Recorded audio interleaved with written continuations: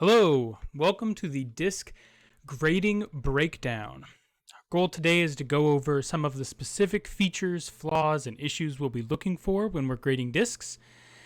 That way, when you start sending your disks in, you have a pretty good idea of what will be penalizing for your disk, or maybe how perfect your disk is. Okay, so we're going to take a look at one of the disks from that 2-pack Twins reveal in our last video. If you missed it, go ahead and check it out. I'll link it above.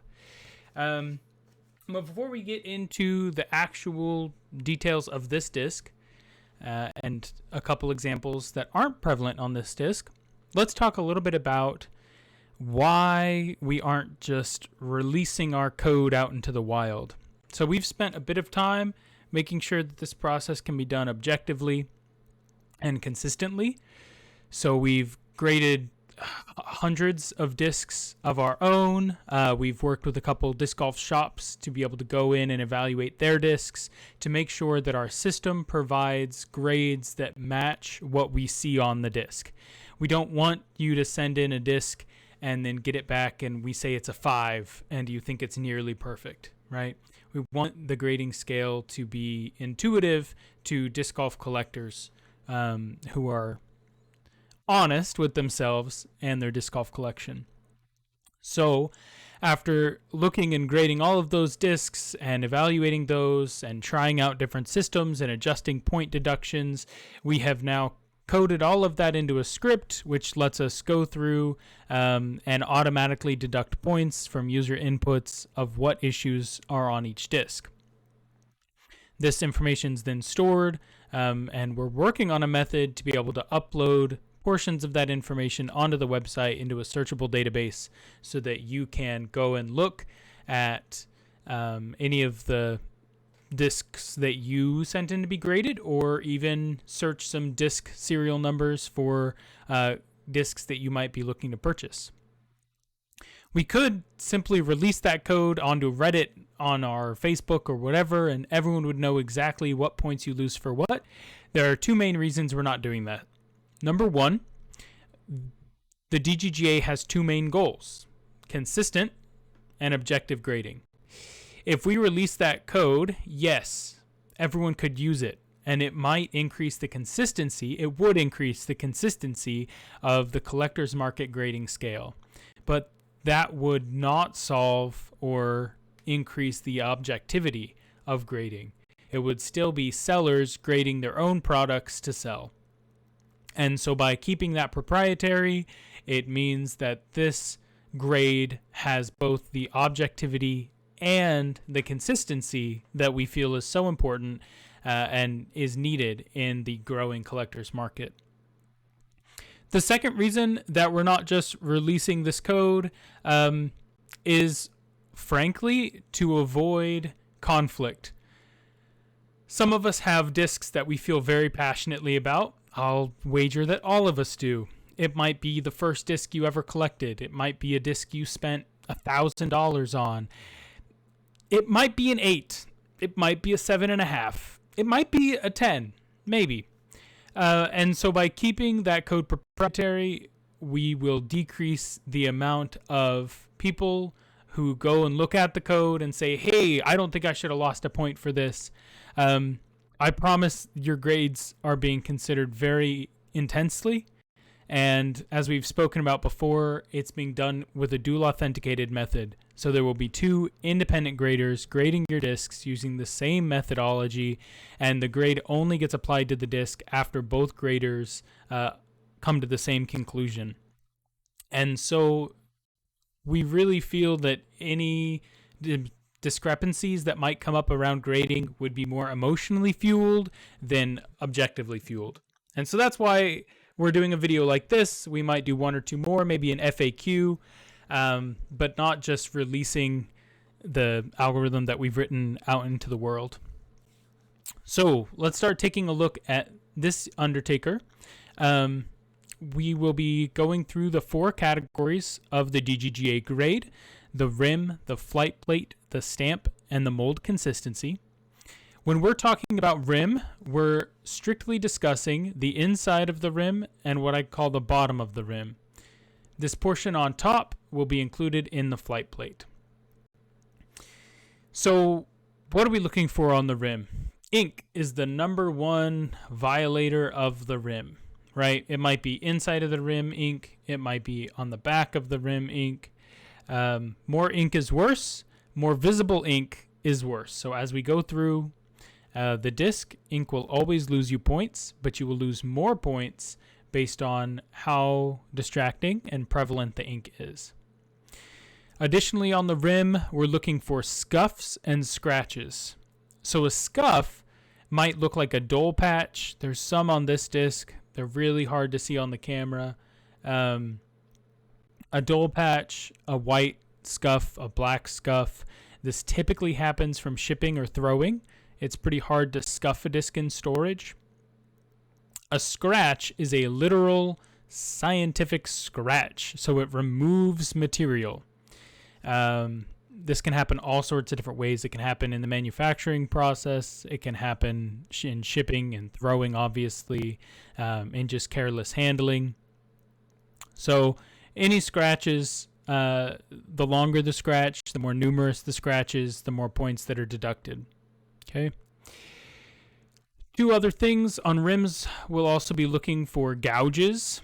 So a gouge you can think of as a scratch, right? But it intersects one of the edges of the rim. So if you have like a hangnail almost of plastic on the inside or the outside of the rim, this happens very commonly with thrown discs. I could probably grab one right around here.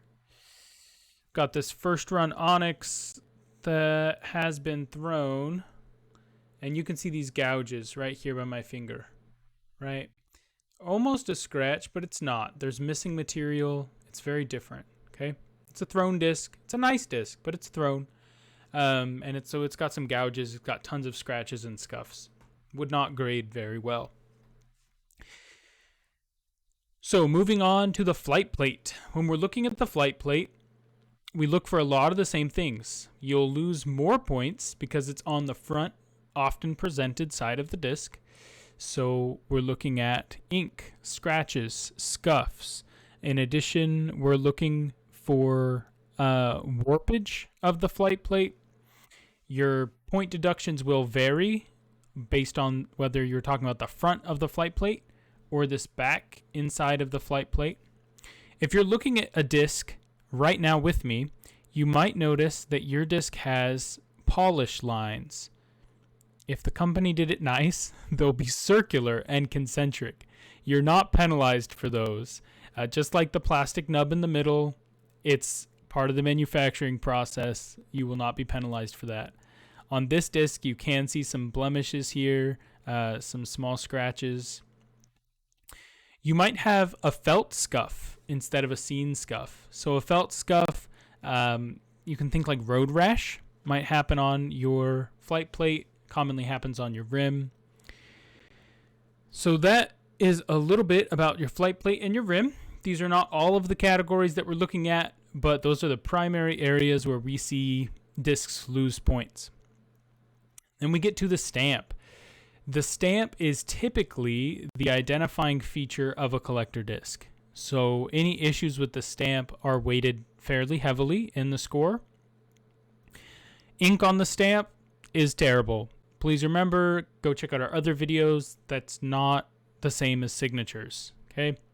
But ink on the stamp, pretty bad.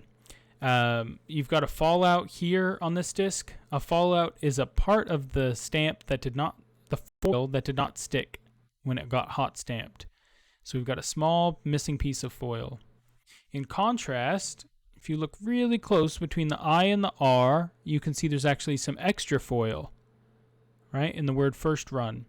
That foil did not come off when it got hot stamped, and so you end up with extra foil. Extra foil and fallouts will both lose you some points. If it's not too distracting, if it's not large portions, you won't lose a whole lot there. Scratches on the stamp, there are two main types. Scratches which do remove the stamp and scratches which do not remove the stamp. You also obviously can have scuffs on your stamp that will lose you points.